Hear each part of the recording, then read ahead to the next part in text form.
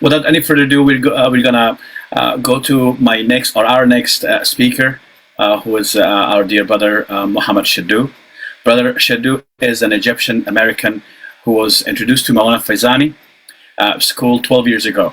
He was attracted to His Eminence Maulana Faizani's teachings because of its logical and practical approach to spirituality, as well as its universal message that cares about humanity as a whole.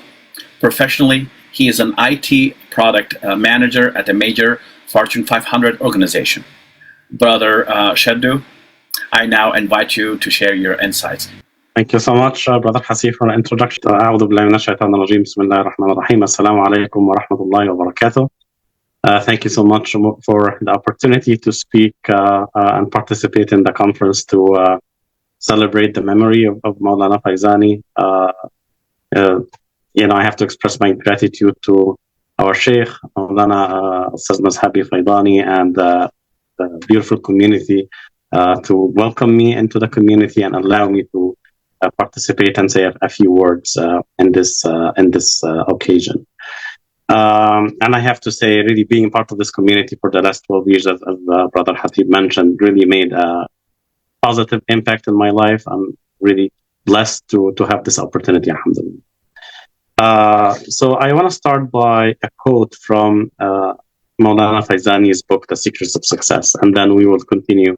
We'll share some thoughts about the transformation of the world, right, which is a really big undertaking, a very big ambition that sounds really difficult to achieve.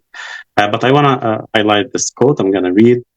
So Maulana Faizani speaks about the followers of his school, and one attribute of these followers, as he says, is the slogan of the followers of the school of monotheism and the active believers in the way of truth and justice is this: O oppressed people, we have been educated through your wealth, and we are now ready and prepared to serve you greatly with all our capabilities of wealth, body, and time. So Maulana Faizani here is saying that that the students of the spiritual school have this feeling in their heart that they would love to help other people, those who are oppressed, those who are in need. So back to what a lot of the brothers mention about the reality of our world today. For example, an ongoing genocide that is live streamed, right, which really never happened in history before, which makes it very painful for any normal human being to watch. And then when you watch, then you feel helpless and you wonder, what can you do as an individual to really make any difference to change the world? So it's really overwhelming for an individual to think of a way of to be able to do something, right, to change something, because it's so much bigger than the individual. So Maulana Faizani kind of touched upon that indirectly when he spoke about the school of monotheism, right? And he mentioned that what if there is a school that at least the students of that school will not harm anyone, will not cause harm to anyone. Right? So that's the first level of a student of a spiritual school should be that they do not cause any harm. And if you think about that, and of course there are other levels, right? So the first level, you do not cause any harm, but the next level is you do some effort to actually make life better for people and so on. But let's even stop at that first level, which is you do not cause any harm. In reality, if we think about that alone, that kind of eliminates maybe 60-70% of the world's problems, right? Of all the struggle and the poverty and oppression. Really, if majority of people, we're not going to even say people, if the majority of people reach that spiritual level of not wanting to harm others, by making sure that the ego is at check, as other speakers highlighted, that will just dissipate many of the world's problems. However, again, this is also a big ambition, right? Because this requires that a lot of the people, majority of the people, are part of the spiritual school, and they can attain that purity of the heart that would really prevent them from causing harm. So again, that brings back the question of the individual. As an individual, what can I do? Because one of the things that the parasite, as our brother Muhammad Billah mentioned, the shaitan, the parasite, does is planting despair in our heart, right? How is that? Because he makes us see all of the suffering in the world, and again, what's happening, and what do we feel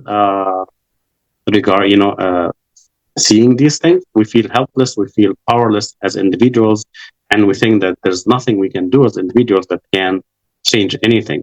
So what the parasite does is it tells us, there is really nothing you can do as an individual, so you might just not do anything.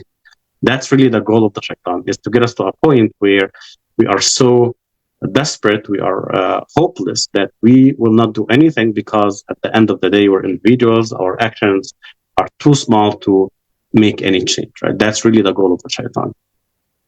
And I'm here to say to myself first and to all of us that let's be aware of that satanic temptation, bad temptation of not doing anything because of our actions are too small or are too insignificant to really improve the world and transform the world, right, as the theme of our conference.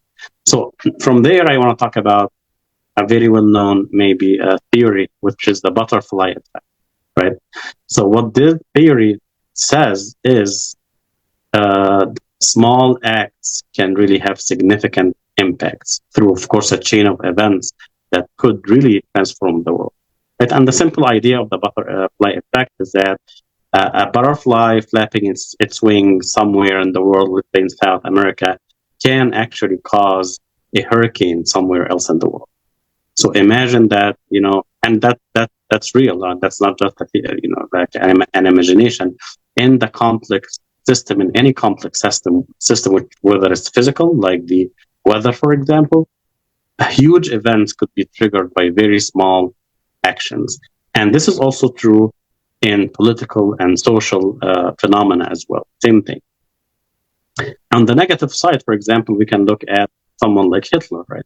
The rise of this one person led to a tsunami of negative impact in the world and the killing of millions of people. Maybe if he didn't rise, maybe a lot of things could have been avoided, right? Really, sometimes one person or one small action can trigger really a huge impact, whether it's negative or positive. So now back to Maulana Faizani's school, right? So doing zikr and fikr, keeping our ego in check, growing our soul, right, as individuals. So what is the result of that? When we do that as individuals, we train our intellect, right? We purify ourselves. Then the next step is normally to start doing something beyond ourselves. And again, I will quote something from Maulana Faizani's book, The Secrets of Success. And that's how he wants the students of the school, because he wants them to start with dhikr and fikr, work on yourself first, but he doesn't want you to limit yourself to that bubble, right? To that individual effort as a person improving yourself.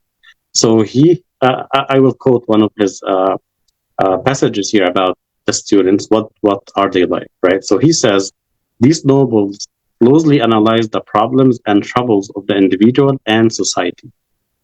With the assistance of God, Most High in station, they create precise and rapid plans to fix the problems and to prevent the problems from arising in the future. So he is again saying that as individuals, once you're never done working on yourself, but once you make some good progress working on yourself, on your brain and heart and mind, then you really have to look at the problems of the world and try to find precise solutions for it. And I'm again, just in the spirit of positivity, I will mention actually an example that we can all see in our world today. Someone whose biography I read maybe 27 years ago, and I have never forgot, and it never stopped to amaze me, of how one person can make a huge impact. And again, this is to plant some hope that, as individuals, maybe you can do something. And some of you might recognize the name. So he's an economist, a Muslim economist from Bangladesh. His name is Muhammad Yunus. He's a Nobel Peace Prize laureate. So Muhammad Yunus introduced the concept of microcredit, which changed the world. And that was maybe 40 years ago. And just not to take too long, I'm going to quickly mention the story. maybe in the 70s. He studied economy in England. He went back to his homeland of Bangladesh, and he was shocked by the amount of poverty that he's seen. And he started talking to people, and some of the women he spoke to uh, told him that they were like in extreme poverty. And the way they were working and making a livelihood was some businessmen in the community would give them the raw material. These women would spend hours and hours creating something like chairs or something. And then these businessmen would take these products and sell it for a good profit. However, they would keep these women in extreme poverty by giving them very little to survive on. So these women were basically stuck in a cycle of poverty just because they couldn't afford maybe a few dollars in raw material. Because what he realized is if these women were able to buy these raw materials themselves, they would be able to sell them for a much higher margin, and they would actually bring themselves and their families out of poverty. So what he thought was, why not give them microloans and have them become independent and become basically little, small business women.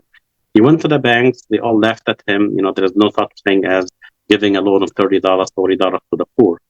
No one listened to him, and he ended up actually establishing a bank, Grameen Bank. And the whole idea of the bank was microcredit, giving credit to the poor, right? Loans to the very poor that would allow them to start very small businesses. A chain of events. So that was the butter, the flap of the wing, the first encounter he had with these extremely poor women. The idea, his work to approach the banks. He failed, and then he established that bank himself. Just fast forward to today, as of 2021, his first loan, by the way, was $27. It all started with $27 that he gave out as a loan, not as a charity, to some women, and it actually lifted them out of extreme poverty. The idea of microcredit, as of a few years ago, had saved more than 100 million people of extreme poverty. So this one man, because of the good feeling in his heart, was able to save more than 100 million lives of extreme poverty. So this is an example of a butterfly effect in the physical world, like for example, in this case, economic situation. And actually, just thinking of, for example, the example of our brother, Jalal Deen, who had that beautiful video of Osman al-Fatih, right? So that's another example of a spiritual butterfly effect, because it all started, as we've seen in the beautiful video, of this leader was clearly on a spiritual journey, right? It started with maybe this beautiful dream, but obviously before the dream, he was on a spiritual journey that led to something bigger after that and prepared him to become a leader that basically changed the world as well. And we can think of many examples in our, Islamic history, for example, of leaders that started, with very spiritual seeds, and then it grew into something much bigger. And I can even think of an example of Saifuddin Qutuz. Saifuddin Qutuz is the leader who led the army that defeated the Mongols and limited the expansion. As we know that the history, they conquered Baghdad, they destroyed everything. And Saifuddin Qutuz also had a dream of the Prophet ﷺ, giving him the good news that he will actually rule Egypt and he will have this, this victory. So this man also was on a spiritual journey. He had a connection, obviously, with the Prophet ﷺ. He was also able to basically save the world from the complete destruction of these armies. So back to our own, our own life as individuals. Sometimes we might feel despair because of shaitan, that our little actions, there is nothing we can do. We're too small. Our actions are too insignificant to make any change. So my reminder to ourselves and to myself is not really, because our small dua, like a simple dua that you can do after your zikr, or even this conference that we're doing where we're talking and sharing some thoughts and some emotions in our hearts, maybe this will be the flap of a wing that will produce something in the spiritual world that will lead and manifest after that as a big change. And again, just to emphasize this again, the Quran, the ayah says, "La yaqnatu min ruhi Allahi illa al-qawm al-kafirun." Right? Only those who are disbelievers in Allah will despair from Allah's bounty and mercy. So that again tells us that we cannot feel the despair. We have to do something, even if it's something small. And again, I will conclude here with speaking of something small, of Maulana Faizani's guidance in our tradition, right? So he says, at any place, to anyone, or in any society, goodness accomplished through body, wealth, or tongue, merely for the sake of Allah's pleasure, without any ulterior motives, is our tradition. So again, even something you do for one person, that's still something that's worthy of doing. And so many examples, in our tradition, for example, the Quran says, وَمَنْ أَحْيَاهَا فَكَأَنَّمَا أَحْيَا النَّاسَ جَمِيعًا. Whoever gives life to one soul, it's as if they give life to the entire humanity. And there is a beautiful hadith of the Prophet, which is amazing, alayhi salatu wasalam. He says, لَوْ قَامَتِ السَّاعَةُ وَفِي يَدِ أَحَدِكُمْ فَسِيلَةٌ فَلْيَغْرِسُهَا. If the day of judgment is upon you and you have a seed in your hand, go ahead and plant it. Which is amazing, right? Because what is it gonna do? The day of judgment is starting, and you have a seed like a tree or something, and the Prophet says, "No, go ahead and plant it, even though you think it doesn't have any impact." So again, to conclude here, the world has so much going on. We feel overwhelmed in the face of these changes, and we feel too insignificant, too small. Our actions are not going to do anything to produce change. But the message here is, this is actually a parasite, or this is from the shaitan, this voice. No, there is something we can do, like any small action we do, whether physical or spiritual. Again, it might be the flap of a wing that will produce something bigger, and nothing is wasted at all.